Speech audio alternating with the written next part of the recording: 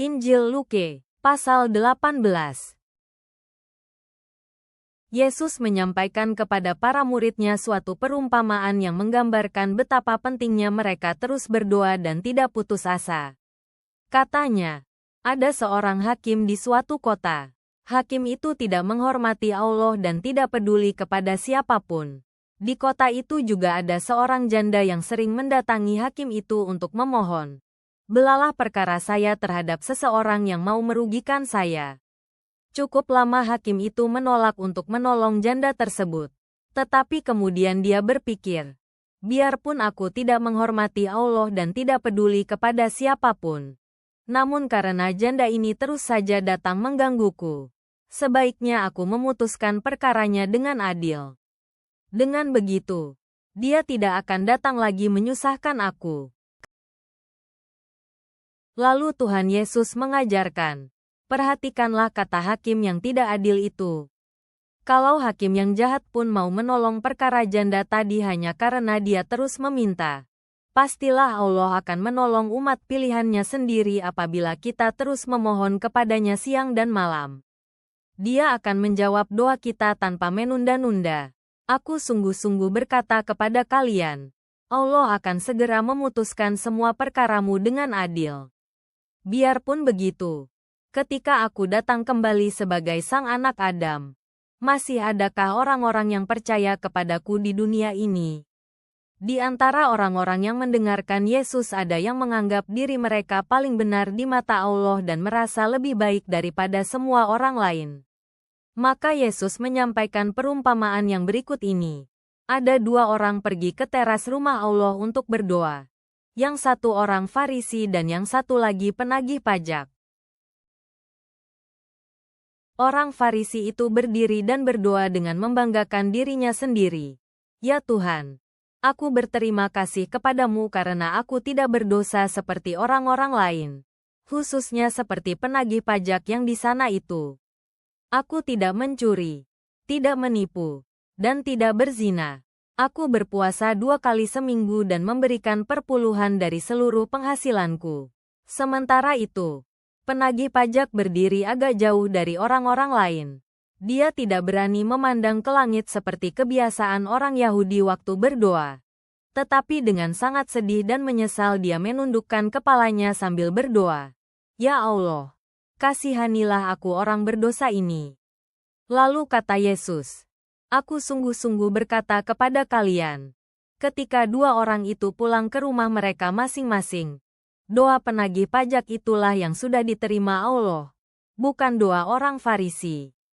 Karena siapa yang meninggikan dirinya akan direndahkan oleh Allah, dan siapa yang merendahkan dirinya akan ditinggikan."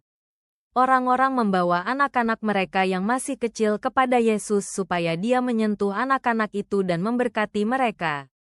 Tetapi ketika para muridnya melihat hal itu, mereka melarang orang-orang itu dengan keras.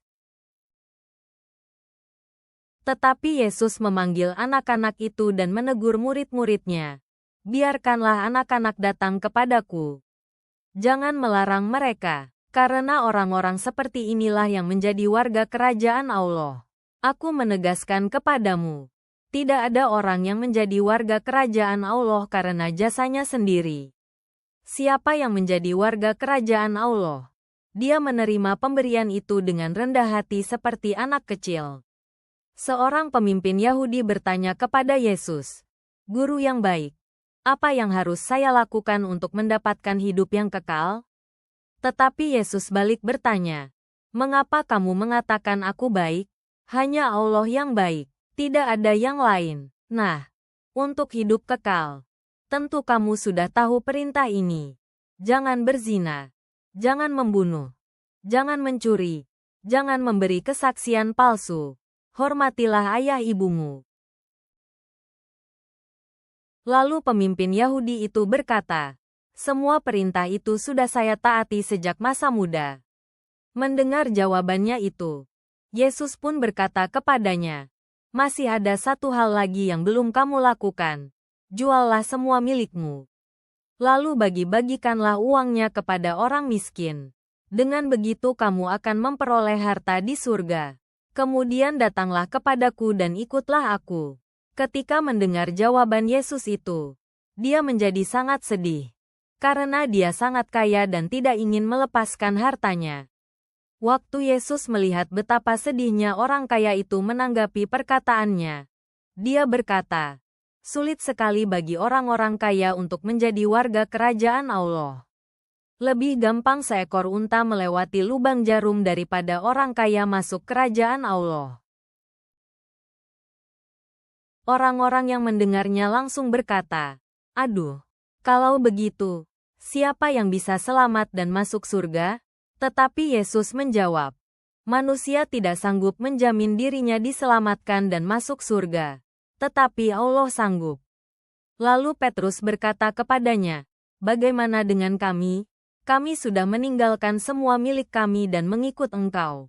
Jawab Yesus kepada mereka, "Aku menegaskan kepadamu, setiap orang yang meninggalkan rumahnya, orang tuanya, saudara-saudarinya, pasangannya, atau anak-anaknya demi kerajaan Allah, maka dalam hidupnya yang sekarang juga, dia pasti akan menerima kembali hal-hal tersebut berlipat ganda.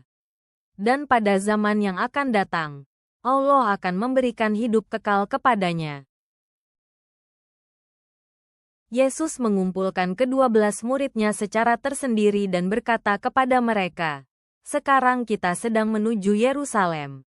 Di sana akan terjadi segala sesuatu yang pernah dinubuatkan para nabi tentang aku. Jadi sesuai dengan yang sudah dinubuatkan, aku akan diserahkan kepada para pembesar yang bukan orang Yahudi. Mereka akan menghina, menyiksa, dan meludahi aku.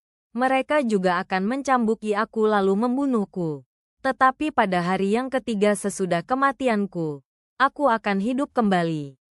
Namun murid-muridnya sama sekali tidak mengerti apa yang dikatakan Yesus. Arti perkataannya itu tersembunyi bagi mereka. Ketika Yesus dan para muridnya hampir tiba di kota Yeriko, ada seorang buta sedang duduk mengemis di pinggir jalan. Karena mendengar suara orang banyak melewati jalan itu, dia bertanya kepada orang-orang di situ, "Ada apa ini?" Mereka memberitahu dia, "Yesus orang Nazaret sedang lewat." Maka orang buta itu pun berseru, "Yesus, keturunan Daud, kasihanilah saya." Orang-orang yang berjalan di depan Yesus menyuruhnya diam. Tetapi dia semakin keras berteriak, "Yesus, keturunan Daud, kasihanilah saya." Kemudian Yesus berhenti dan menyuruh orang buta itu dituntun kepadanya. Ketika orang buta itu mendekat, Yesus bertanya, "Apa yang kamu mau aku perbuat bagimu?" Jawab orang itu, "Tuhan, tolonglah supaya saya bisa melihat kembali." Yesus berkata kepadanya, "Kalau begitu melihatlah. Karena kamu percaya penuh kepadaku, sekarang kamu bisa melihat." Saat itu juga dia dapat melihat lagi. Lalu mengikut Yesus sambil memuji-muji Allah. Orang banyak yang menyaksikan kejadian itu juga memuji Allah. Bapa, seperti janda yang terus-menerus memohon keadilan, dengarkanlah seruan kami melawan ketidakadilan pada hari ini. Rendahkan hati kami seperti pemungut cukai di tengah zaman yang penuh kesombongan. Bimbing kami masuk ke dalam kerajaan-Mu dengan hati seperti anak kecil di tengah kerumitan dunia.